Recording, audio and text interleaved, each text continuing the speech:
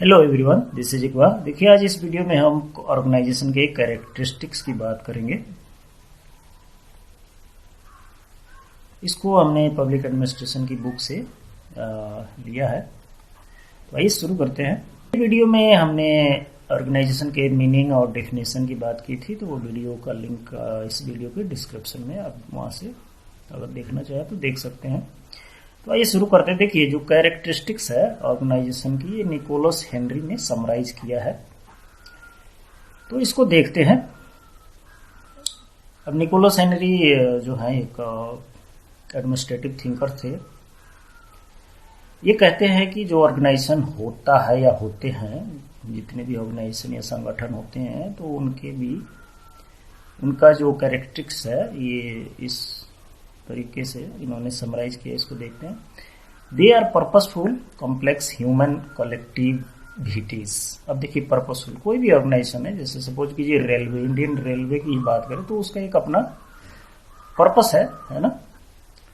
और अगर ऑर्गेनाइजेशन में अगर बॉटम से टॉप की तरफ जाए या टॉप से बॉटम की तरफ जाए, तो टोटल एक हायरार्की जो होता है ह्यूमन का, वो हालांकि हर लेवल पे सबऑर्डिनेट से लेकर सीनियर तक जो भी लोग होते हैं उनका काम बटा हुआ था, लेकिन एक कलेक्टिव एक्टिविटी जो है उनको शो करना ही पड़ता है। और इस वजह से ये जो है एक कॉम्प्लेक्स ह्यूमन कलेक्टिविटी बन जाता है। उसके बाद जो है आपको ये कहता है कि they are characterize by secondary और इम्पर्सनल रिलेशन। देखिए, कोई ऑर्गेनाइजेशन सपोज कीजिए रेलवे या डिफेंस है ना, इसमें मियाँ बीवी काम कर रहे हैं, तो they can not be personal eight their work, है ना। वहां पे उनका जो भी डेजिग्नेशन हो गया और डेजिग्नेशन के अनुसार जो उनका फंक्शन हुआ उसको पालन करना पड़ेगा। फर्स्ट सपोज कीजिए अगर लेडीज जो है, यानी जो वाइफ है, वो सीनियर है और जो हस्बैंड है वो जूनियर है, तो जो लेडीज ऑर्डर देगी उसको फॉलो करना पड़ेगा विदाउट एनी, है ना, without being personal with his wife. तो ये है इम्पर्सनल का मतलब, यानी घर में वो जो भी उनका रिलेशन है, लेकिन एक ऑर्गेनाइजेशन में अगर वो काम कर रहे हैं तो वहां पे कोई पर्सनल रिलेशन उनको शो नहीं करना चाहिए या शो नहीं किया जा सकता। उनका जो काम है वो उनके डेजिग्नेशन के अकॉर्डिंग उनको करना है। उनका जो फंक्शन है उसको परफॉर्म करना है वो अपने डेजिग्नेशन के अकॉर्डिंग। तो इसका मतलब यही है कि तो फिर इस हिसाब से जो है ऑर्गेनाइजेशन जो है इम्पर्सनल रिलेशन के आधार पर ऑर्गेनाइजेशन को हम बांट सकते हैं। Good impersonal relation, bad impersonal relation, है ना, best personal impersonal relation in that organisation.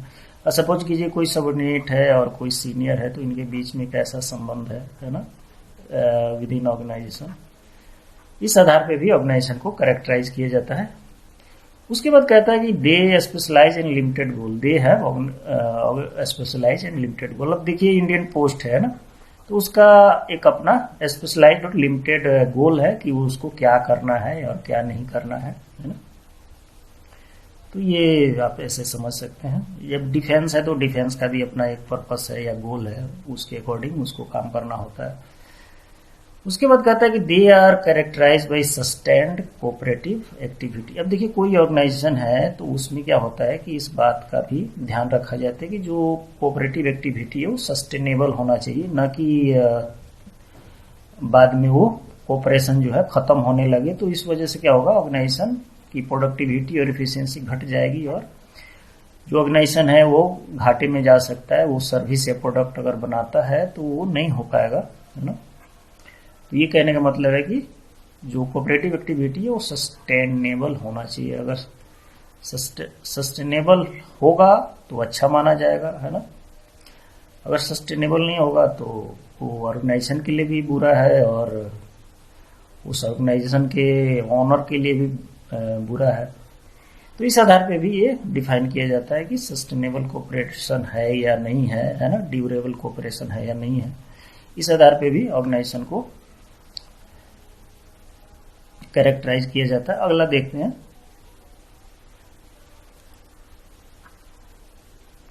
अब देखिए ये जो कहता है पांचवा जो है निकोलस हेनरी ने जो समराइज किया इसके आधार पर, integrated with in larger social system. जो ऑर्गेनाइजेशन होते हैं वे किसी सोशल सिस्टम में इंटीग्रेटेड होते हैं।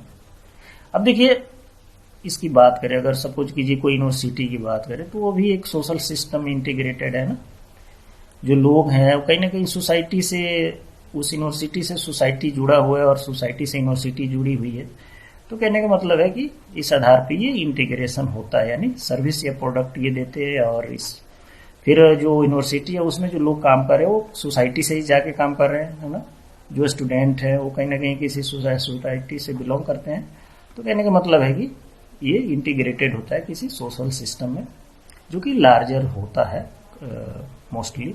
उसके बाद कहता है कि they provide product and service to their environment. अब इसकी बात ये तो इजी है, आप समझ सकते हैं इस बात को। अगर आप समझ कीजिए टाटा को ही ले लें, है ना। टाटा जो बस ट्रक वगैरह बनाती है, तो ये कहीं ना कहीं प्रोडक्ट देती है ना। और जैसे इन्फोसिस है ना, इन्फोसिस ले ले, या बैंक है तो बैंक गिविंग सर्विसेज, है ना। तो कोई भी ऑर्गेनाइजेशन है तो या तो सर्विस प्रोवाइड करता है या प्रोडक्ट प्रोवाइड करता है, और they are dependent on exchange with environment. अब सपोज कीजिए कोई बैंक है ना, तो बैंक सर्विस देता है ना।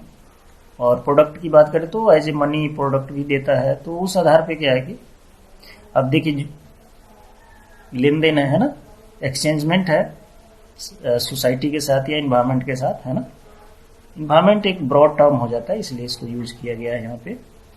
तो कहीं ना कहीं एक्सचेंजमेंट है। अब सपोज कीजिए कोई बिस्किट बनाने वाली कंपनी है ना, तो वो भी एक ऑर्गेनाइजेशन है और उसको रॉ मटेरियल लेना पड़ेगा, लेबर लेना पड़ेगा और भी बहुत कुछ लेना पड़ेगा, तब वो एक फाइनल प्रोडक्ट बिस्किट बना के फिर अपने इन्वायरमेंट को देगी। तो कहीं ना कहीं एक्सचेंजमेंट हो रहा है। तो यही इसका मेन कहने का मतलब है। अब देखिए इसमें आगे बात करते हैं, अब एलिमेंट की बात करते हैं। जो ऑर्गेनाइजेशन होता है उसके इसेंशियल एलिमेंट की बात करते हैं। तो एल.डी. व्हाइट जो है ये भी एक एडमिनिस्ट्रेटिव थिंकर्स थे। तो इन्होंने प्राइमरी तौर पर 3 एलिमेंट्स की बात की है किसी ऑर्गेनाइजेशन में, है ना। प्राइमरी एलिमेंट का मतलब है कि इसके बगैर जो ऑर्गेनाइजेशन है वो एग्जिस्ट भी नहीं कर सकता या उसकी कल्पना नहीं की जा सकती किसी ऑर्गेनाइजेशन की या संगठन की। तो पर्सन होना मांगता है ना, किसी ऑर्गेनाइजेशन में। फिर उसके बाद कंबाइन एफर्ट्स, और जो लोग हैं उनका कंबाइन एफर्ट्स होता है ना। अब देखिए बॉटम से लेकर अगर टॉप तक जाए हम, है ना, बॉटम से टॉप तक अगर हम जाएं किसी ऑर्गेनाइजेशन में, तो हर लोगों का काम बटा होता है, लेकिन उनका जो काम है वो कहीं ना कहीं एक कंबाइंड एफर्ट्स के रूप में प्रोडक्ट या सर्विस देता है। और कॉमन पर्पस है ना, कॉमन पर्पस को फुलफिल करने के लिए उनका कंबाइंड एफर्ट्स वर्क करता है। अब जैसे रेलवे है ना, रेलवे तो कहीं ना कहीं देखिए आप, है ना, नीचे से लेकर ऊपर तक जो कॉमन पर्पस है वो है कि गुड्स और लोगों को एक स्थान से दूसरे स्थान तक, है ना, पीपल उनको सेफली कैरी करना है और पहुंचाना है उनके डेस्टिनेशन तक। तो ये एक कॉमन पर्पस हो गया। तो किसी ऑर्गेनाइजेशन में जो है बॉटम से लेकर टॉप तक जो भी लोग होते हैं वो कंबाइन एफर्ट्स अपना लगाते हैं ताकि एक कॉमन पर्पस की अचीव किया जा सके। कॉमन पर्पस और पर्सन होगा ही होगा। तो ये है पर्सन, कंबाइन एफर्ट्स और कॉमन पर्पस। ये 3 एलिमेंट है जो एल.डी. व्हाइट ने दिया हुआ है। आगे देखते हैं। अब एलिमेंट की बात करें तो चेस्टर बर्नार्ड, है ना, इन्होंने भी 3 एलिमेंट की बात की है ऑर्गेनाइजेशन में। किसी ऑर्गेनाइजेशन के इसेंशियल 3 एलिमेंट जो हैं कौन कौन से हैं, तो एक कॉमन पर्पस, कम्युनिकेशन और विलिंग टू सर्व। अब देखिए कॉमन पर्पस तो होगा ही होगा, है ना। कोई ऑर्गेनाइजेशन है तो उसका कोई खास गोल होता है या पर्पस होता है जिसको फुलफिल करने के लिए एक कम्युनिकेशन सिस्टम भी जरूरी होता है ताकि जो उसमें लोग हैं टॉप से लेकर, है ना, बॉटम तक, वो आपस में कम्युनिकेट कर सके, बात कर सके, तभी तो ऑर्गेनाइजेशन काम करेगा। फिर उसके बाद विलिंग टू सर्व। अब मान लीजिए कोई ऑर्गेनाइजेशन है उसमें जो लोग हैं अगर वो सर्व करने के लिए या सर्विस देने के लिए या वर्क करने के लिए अगर राजी नहीं है तो ऑर्गेनाइजेशन काम ही नहीं कर पाएगा ना।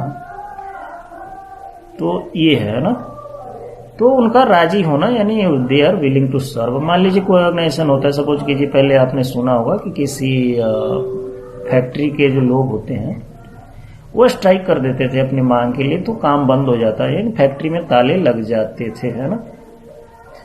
तो ये कहने का मतलब है कि विलिंग टू सर्व, कम्युनिकेशन और कॉमन पर्पस, ये जस्टिन बर्नार्ड बात कर रहे हैं। तो इसको अगर आप याद करना चाहें तो आप याद कर सकते हैं CCW, है ना, CCW।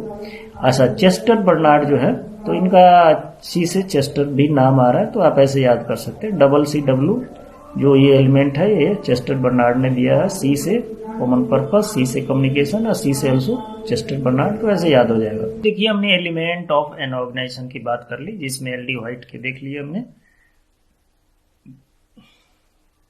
सॉरी, और उसके बाद चेस्टर बर्नार्ड ने जो एलिमेंट की बात की है उनको भी हमने देख लिया। अब इसके बाद देखते हैं फंक्शन ऑफ ऑर्गेनाइजेशन। अब देखिए कोई ऑर्गेनाइजेशन है उसका मेनली क्या फंक्शन होता है, इसकी बात हर्बर्ट साइमन करते हैं, तो इसको देखते हैं। Simon was also a administrative thinkers. तो देखिए साइमन जो कहते हैं कि कोई ऑर्गेनाइजेशन का जो मेन फंक्शन होता है वो होता है dividing work among the member. अब देखिए कोई ऑर्गेनाइजेशन है तो उसमें जितने मेंबर हैं बॉटम से लेकर टॉप तक, उन सबके काम बटा होता है, किस आदमी को क्या फंक्शन करना है या काम करना है, ये सब बांटा जाता है। उसके अकॉर्डिंग वो ऑर्गेनाइजेशन वर्क करता है या उस ऑर्गेनाइजेशन के लोग वर्क करते हैं। फिर उसके बाद फॉर्मुलेटिंग स्टैंडर्ड प्रैक्टिसेस। अब सपोज कीजिए कोई ऑर्गेनाइजेशन जैसे डिफेंस है ना, इंडियन डिफेंस, तो इसका जो स्टैंडर्ड है ये काफी वो माना जाता है, डिसिप्लिन्ड माना जाता है। जो प्रैक्टिस है स्टैंडर्ड प्रैक्टिसेस, ये डिसिप्लिन तरीके से काम करती है। जो डिफेंस सर्विसेज हैं और इंडियन डिफेंस डिपार्टमेंट, इसमें जो पर्सोनल होते हैं ये सबके सब एक स्टैंडर्ड प्रैक्टिस को फॉलो करते हैं और उसके अकॉर्डिंग ही वो अपना काम करते हैं।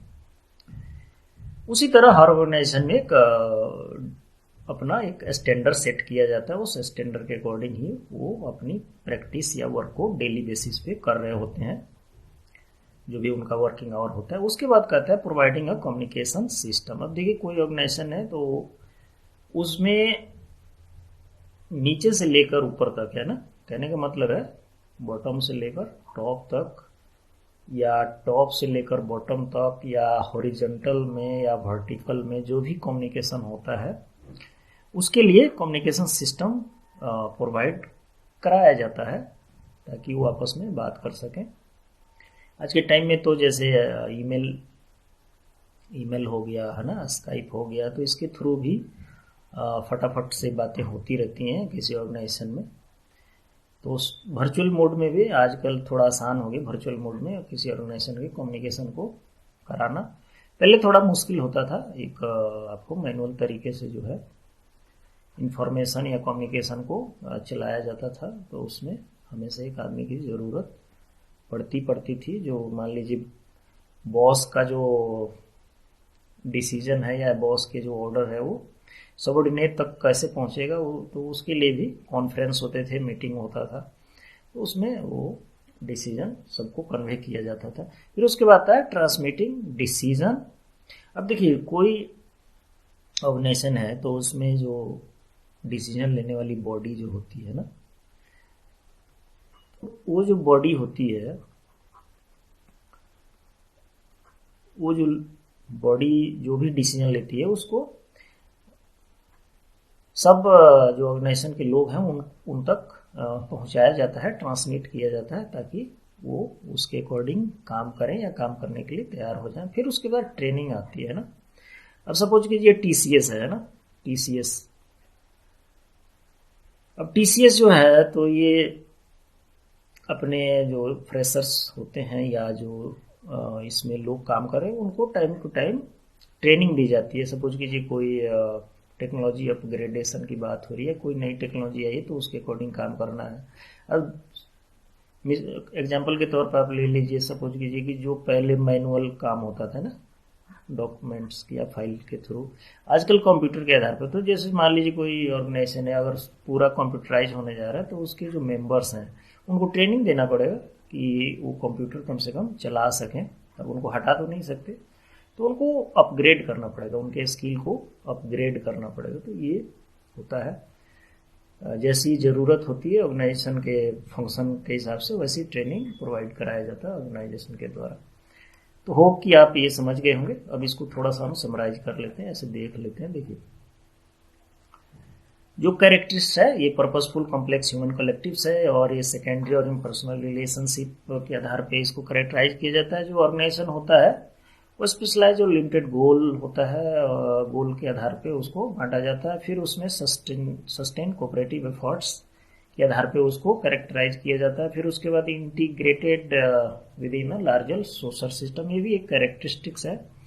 फिर उसके बाद कहता है कि जो ऑर्गेनाइजेशन है वो सर्विस या प्रोडक्ट प्रोवाइड करता है अपने इन्वायरमेंट को, फिर वो डिपेंडेंट होता है इन्वायरमेंट पे एक्सचेंजमेंट के लिए, यानी एक्सचेंज करता है रॉ मटेरियल सर्विसेज के बदले। सर्विस या प्रोडक्ट के लिए रॉ मटेरियल लेता है और सर्विस के लिए मनी लेता है, तो इस हिसाब से। फिर उसके बाद एलडी वाइट जो बात करते हैं ऑर्गेनाइजेशन के एलिमेंट की, person, combined efforts and common purpose. फिर उसके बाद चेस्टर बर्नार्ड जो बात कर, अब देखिए इसमें अगर आप याद कर रहे हैं तो PCC है ना, PCC person, combined efforts and common purpose, इस हिसाब से आप याद कर सकते हैं, है ना।